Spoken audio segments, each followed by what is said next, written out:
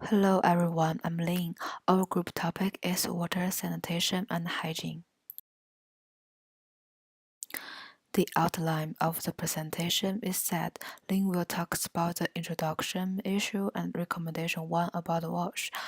Carina will then discuss the recommendation 2, benefits, and conclusion for our presentation. Let's welcome Lynn to do the issue of lack of wash facilities.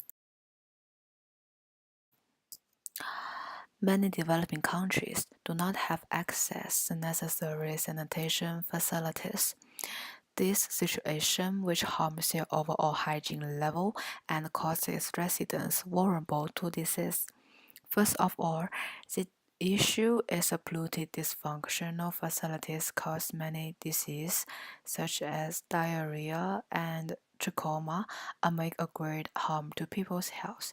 As an example, Gina suggested that in Kenya, only 30% of the total population have access to safe water and sanitation facilities, especially in rural areas. A large proportion of the rural population does not have safe drinking water facilities. As a result, Gina claimed that every 74 per thousand children under 5 died of water and sanitation-related disease.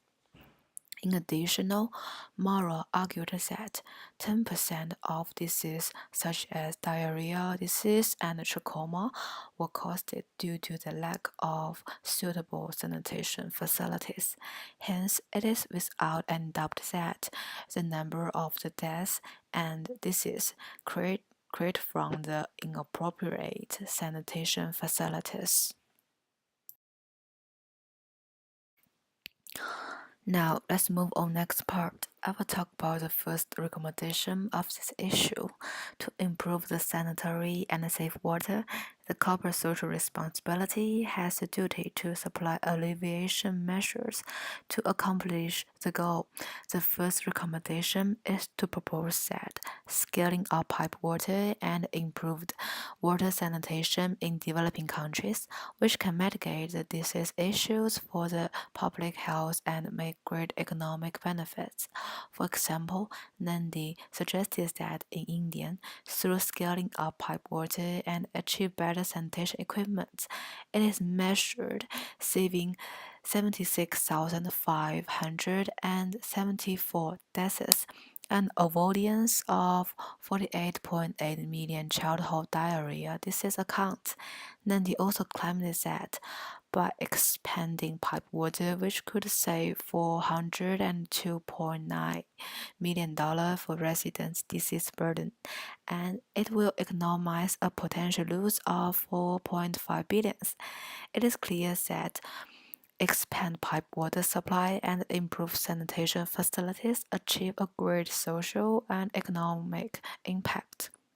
In conclusion, the corporate social responsibility policy needs to focus on scaling up the pipe water and provide the water sanitation in developing countries.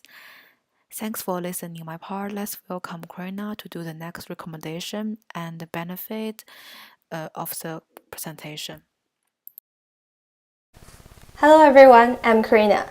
I will continue to talk about the second recommendation, which is how to reduce and prevent the occurrence of disease from the perspective of health facilities and charitable activities. And I will make a summary of all the content at the end of the presentation. First, we can analyze the problem from the two aspects. One is the sanitary condition itself, and another one is individuals' knowledge of hygiene.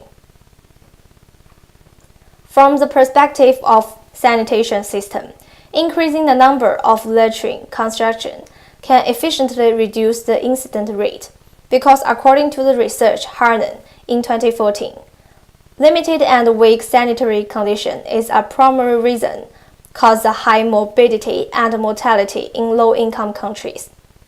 The phenomenon of people lining up to the toilet often appears as well. And we also can see from this pie chart, the total number of unimproved facilities is 39%, which confirms the truth of leaking toilets. Well, expanding latrine construction. Residents also need to keep the facilities clean. Otherwise, the disease infection cannot be prevented efficiently. I found 2 pictures to make a simple and direct comparison to everyone. The left photo shows a sanitary facility in the developing country, and the right one is what they hope to achieve in the future. Besides, providing health education for residents can also reduce morbidity, based on a data from Schmidt's report in 2014. If people could strengthen the hand hygiene in their daily life, such as wash hands, they can prevent about 50% of disease spread. Next, I will list the benefits of these recommendations and compare their advantages and disadvantages with each other. First of all, these solutions have 3 main positive effects on the local people who face the problem of sanitation. The first one is reduce and prevent disease, and the second one is comfortable life and saving time, because people no longer need to go far away to get water, as Lynn has also mentioned it before. Finally, a convenient and safe sanitation system benefits people to have more opportunities to get the work and study.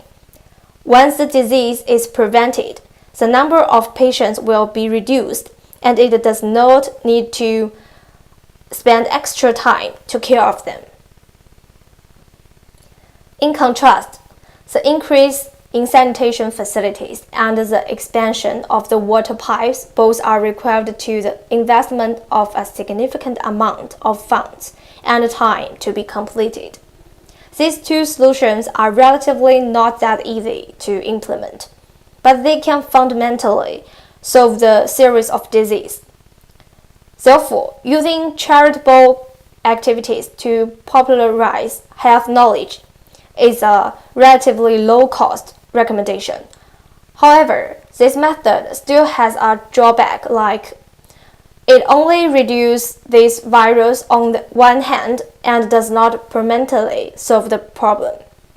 So, in summary, considering of corporate social responsibility, organizing a public health activity is the best choice for the company. It not only have a good opportunity to promote the brand and reputation of the company, it also can increase company exposure in the business marketing, thereby attracting more potential consumers. That's all my group presentation. Thanks for your listening. And the last page is our group reference list.